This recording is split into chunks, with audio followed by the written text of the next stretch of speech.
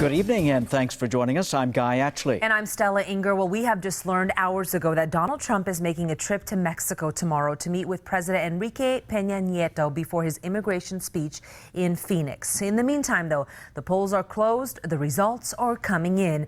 We have team coverage of tonight's election. We have 9 on your sides. Valerie Cavazos live in Midtown. Whitney Clark live downtown. Kevin Boughton live here in the studio with the Pima County Sheriff's race. But in just a minute, we'll join Jennifer De La Cruz live in Casa Grande at Sheriff Babu's campaign headquarters. Well, here is a look at the contested races we are following tonight, beginning with U.S. Senator. Senator John McCain has won against his challengers Kelly Ward and Claire Van Steenwyk. John McCain with 57% of the vote. He goes on in the general election to face Democratic uncontested challenger Ann Kirkpatrick. Take a listen to what he had to say tonight. It's imperative Republicans maintain our majorities in Congress. It's important to America's future that we have a say over the next president's appointments to this United States Supreme Court.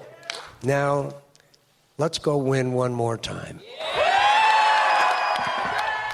For U.S. Representative District 1, the current numbers. Sheriff Paul Babu is the winner. Pinal County Sheriff Paul Babu won this race after making a second run for his district against 4 other candidates. He has 35% of the vote. And on the Democratic ticket, Sedona State lawmaker Tom O'Halloran and former legislative staffer Miguel Olivas battling it out, but O'Halloran coming out the victor with 49%. Now your side, Jennifer De La Cruz is live in Casa Grande outside Sheriff Babu's headquarters. Jennifer, a lot of excitement there. A lot of excitement, Stella. And most of the supporters have cleared out after those big numbers rolled in tonight, but there was a lot of celebrations as Pinal County Sheriff Paul Babu clinched the Republican win for Arizona's 1st congressional district. And it's been a long day for the sheriff. I spoke to him earlier. He says he got up at 4 o'clock this morning, and he is thrilled to be ending his night on a positive note. I'm elated. Just a strong mandate. This is a convincing win. When you look at all the tabulations of votes, to come out so strong in Pima County and in Pinal County, to have such a wide victory. And this is where the majority of votes are. And this is where I've served, right? The people who know me best. This is the sheriff's second run at Congressional District 1. He dropped out during the last election, but he's going much further. This time, the sheriff has worked for several years on stopping drug cartels and increasing border security throughout southern Arizona. His platform encompasses several issues, including job growth, immigration reform, and continuing to use coal as a source of energy. CD1 stands as one of the most competitive in the country, and it does face some challenges, having a diverse Native American population and covering more land than any other district in the state. And this year it stands as a true battleground district as Democratic incumbent Ann Kirkpatrick runs for Senate, leaving CD1 with an open seat. And it's still early. Votes are still coming in, but as it stands right now, the sheriff will be facing off against Sedona State lawmaker Tom O'Halloran in the November election. We're live in Casa Grande. Jennifer De La Cruz, KGUN-9 on your side. Jennifer, thank you. And now to the U.S. Representative race, District 2. Just hours ago, Congresswoman Martha McSally accepted her win. Take a listen. We've got about 70 days to go to make sure that the community knows that we've gotten results. It's not just rhetoric, it's results. We have a record that we'll be running on. It's not just talking about what you think you might be able to do, but we can show them what we've done. Incredibly successful over the last 20 months. And here are the numbers for the Democratic candidates in District 2. Who Congresswoman Martha McSally will face. Right now, this is a close one. Former State Representative Dr. Matt Hines is on the ballot, a Tucson doctor, with 53% of the vote. He is followed by fellow Democrat Victoria Steele, also a former state representative, with 47% of the vote. And 9 your sides, Valerie Cavazos is live downtown with Democratic candidates like Dr. Matt Hines. Valerie. Yeah, this has been a packed house pretty much most of the night. Who's who of the Democratic candidates in all different races, different levels, local, state, and national. And they're all watching this big screen over here. It's giving the results for tonight. The big race here tonight, of course, Congressional District 2, a battleground district. Dr. Matt Hines and Victoria Steele, both former state legislators. So they bring political experience, but Hines has run for Congress before. Both have similar political philosophies. philosophies and feel they stand out because of their ability to work across party lines. Now, both have been able to get bills passed in a Republican-dominated legislature. Both are focused more on targeting their Republican opponent, Martha McSally, than each other. Now, joining me now live is Dr. Matt Hines, and this is a big night for you. This isn't your first time down this road. As we've said, you've run before. How do you feel tonight?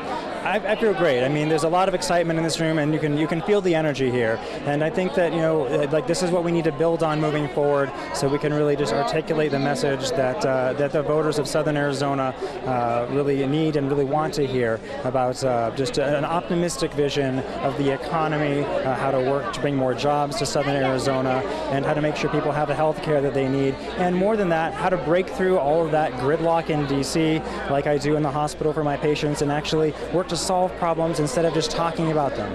Very quickly, did you expect this to be a close race?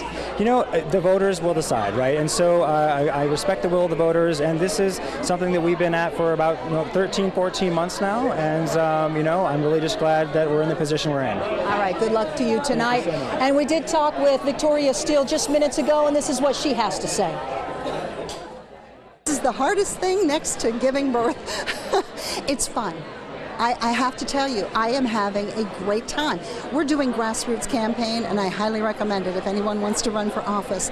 This is so much fun. And the reason it's fun is because I get to get out and I meet the people, and I get to talk to them. I get to find out what they care about. I get to know them. So this is certainly a close race, and we'll be here tonight to get those election results to you. Reporting live from Midtown, Valerie Cavazos, KGUN-9 on your side. Valerie, thank you. Let's go to the state level for Arizona State Representative in District 2, the Democrats, looking for the top two. And right now, they are Rosanna Gabaldon and Daniel Hernandez. Sunnyside School Board member Daniel Hernandez and the top two will face John Christopher Ackley, running unopposed. In the meantime, as for Sheriff, two law enforcement vets compete to unseat Pima County Sheriff Chris Nanos. Here are the current numbers. Mark Napier with 66% of the vote, Terry Staten with 34%. And here, Mark Napier spent 25 years with Tucson Police and has the endorsement of the Tucson Police Officers Association.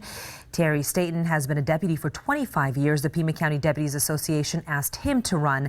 And then one of them will face Sheriff Chris Nanos in the general election. Now, your side's Kevin Boughton is live in studio with more on this race. Yeah, Napier told me he feels like his whole career has led to this moment, running for sheriff in 2012 and again this year. He says morale among deputies is low, and he'll work to improve the station from the outside. Napier was endorsed by the officers union, but his opponent, Terry Staten, was endorsed by the deputies. So Napier has a challenge now of winning over the people he wants to lead who chose the other guy. And they really know why I'm running. I'm really running a lot to make our lives better at Pima County. They're very, very unhappy with the current administration. We have a great opportunity to make a positive difference, not only for the deputies and the people that work there, but for the people of Pima County. Worth noting now that Napier has a commanding lead despite being significantly outspent in this primary race. Now he moves on to the general. He says beating Sheriff Nanos will require him to get out and put in more face time with voters, something he says he learned in a failed campaign for sheriff in 2012. Stella? Kevin, thank you. And Napier's challenger, Terry Staten, spoke to us earlier tonight. Here's what he had to say about the race. I go back to work. I support Mr. Napier. He's a nice guy, but I go back to work and I support him in the endeavor to get rid of Nanos. Another sheriff's race in Maricopa County. Sheriff Joe Arpaio has won his primary. He will face Democrat Paul Penzone in November. And Congressman Raul Grijalva is running uncontested for his 8th term in office.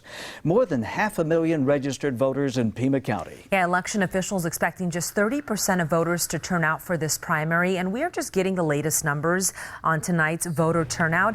Now your side's Whitney Clark joins us live from the election department with more. Whitney. That's right. Well, they've been updating us about every hour or so on the latest number of ballots cast. It looks like right now there's about 132 ballots being cast. Now, whether you went to the polls or mailed in your ballot would have gone through one of the counting machines here. Now, this is the central counting room here at the Elections Department. They have 6 of them. The ballots are scanned and the images are transferred to a closed, secure network. Now, this equipment is tested by both the political parties and the state's Secretary of State before and after the election. A sample of ballots are even counted by hand by both parties to make sure the results come out accurately. And what they're doing in here right now, they're actually counting the ballots that were collected at the polling places today. Most of the ballots that were sent in early were already done before the election results started coming in, and we'll have more numbers for you. We'll keep them updated on our website. That's KGUN9.com. Guy, Stella.